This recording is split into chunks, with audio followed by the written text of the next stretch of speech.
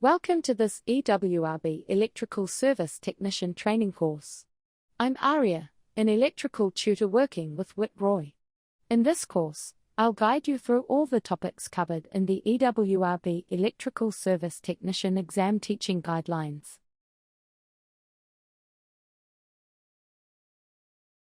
Welcome back.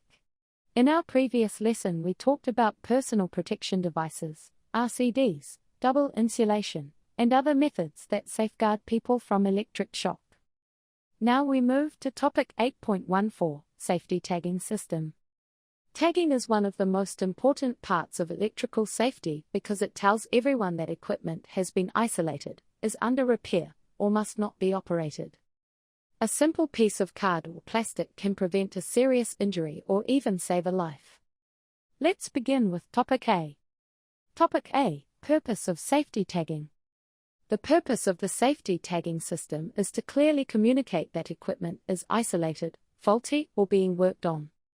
Tags act as visible warnings to everyone who might operate switches or equipment.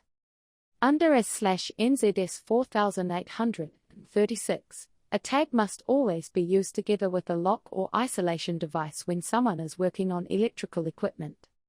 This is part of the lockout-tagout procedure you learned earlier. A tag is not just a piece of paper, it's a legal warning that says do not operate this equipment until it is safe. Topic B, Types of Safety Tags. Now let's move to topic B, the types of tags. There are two main types used in electrical work: danger tags and out-of-service tags. Let's speak through the difference carefully so you can visualize each one. A danger tag is used when someone is working on live or isolated equipment and must not have that equipment energized under any circumstance.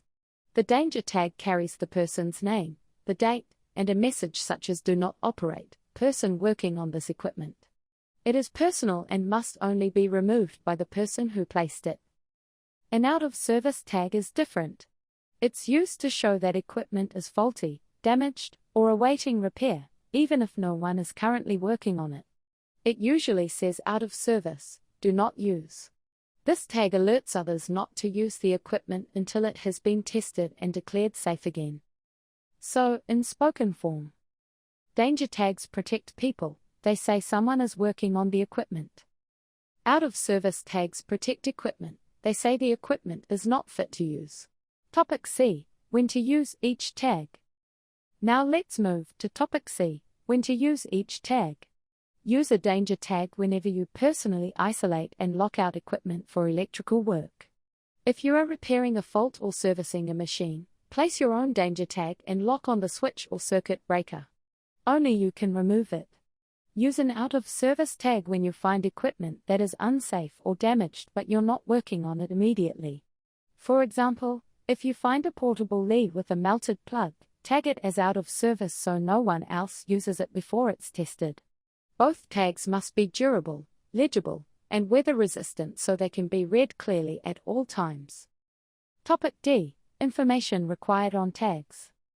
Now let's move to topic D, What information goes on a tag? Each tag should include the person's name, their contact number or work ID, the date and time it was attached, the reason for isolation or fault, and a clear warning message like "Do not operate." The writing must be permanent, using a marker that doesn't fade or smudge. Remember, a tag without a name and date has no authority. Topic E, Responsibilities of workers and supervisors. Now let's talk about topic E, Responsibilities. The person who places the danger tag is responsible for their own safety. Only that person can remove their tag. If more than one person is working on the same equipment, each worker must attach their own tag and their own lock. The supervisor is responsible for checking that all tags are removed before re-energizing the equipment and that records of tag placement and removal are kept. This ensures no one is left at risk when the power is turned back on. Topic F, Step-by-step tagging procedure. Now for topic F, let's go through the spoken step-by-step procedure for applying and removing tags. Step 1. Identify the equipment to be isolated and make sure you have the correct circuit. Step 2. isolate the supply by turning off the switch or removing the fuse. Step 3. Lock it out using your own padlock or hasp. Step 4. Attach your danger tag to the isolation point so it's clearly visible. Write your name, date, and contact information on the tag. Step 5. Test the circuit to prove it's de-energized using the prove, test, prove method. Step 6. Carry out the work safely. Step 7. When the work is finished, check the area, remove your lock and tag, and notify the supervisor that the equipment is ready to be re-energized. If more than one person is working on the same equipment, use a multi-hasp so everyone can attach their own lock and tag. The equipment must remain isolated until the last lock and tag are removed. Topic G. Safety precautions and common mistakes. Now let's move to Topic G. Safety precautions. Never operate, move, or remove a tag placed by someone else. Never re-energize a circuit that has a danger tag attached. If a tag becomes damaged or illegible, replace it immediately with a new one showing the same information. Common mistakes include using tags without locks, forgetting to write the date, or leaving tags in place after work is complete. Each of these errors can create confusion and serious safety risks. Always remember that a tag is a form of control. It communicates safety status to everyone around you. Applied example, tagging a faulty air conditioning unit. Let's finish with a practical example. Imagine you are called to service a faulty air conditioning unit on the roof of a building. You locate the circuit breaker feeding the unit in the main switchboard. You switch it off, lock it with your padlock, and attach a danger tag showing your name and date. Then you test the circuit at the unit to prove it's de-energized before starting repairs. While working, another technician arrives to check the same system. They see your danger tag and know not to operate the switch, so you stay safe. When you've completed the repair and tested the unit, you remove your lock and tag and inform the supervisor that it's ready for service. That's a simple but powerful system, and it's required practice under AS/NZS 4836. Bringing it all together. Let's summarize Topic 8.14, Safety Tagging System.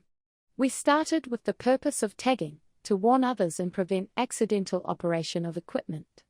We compared danger tags and out-of-service tags and explained when to use each one. We covered the information required on a tag, the responsibilities of workers and supervisors, and the correct procedure for applying and removing tags.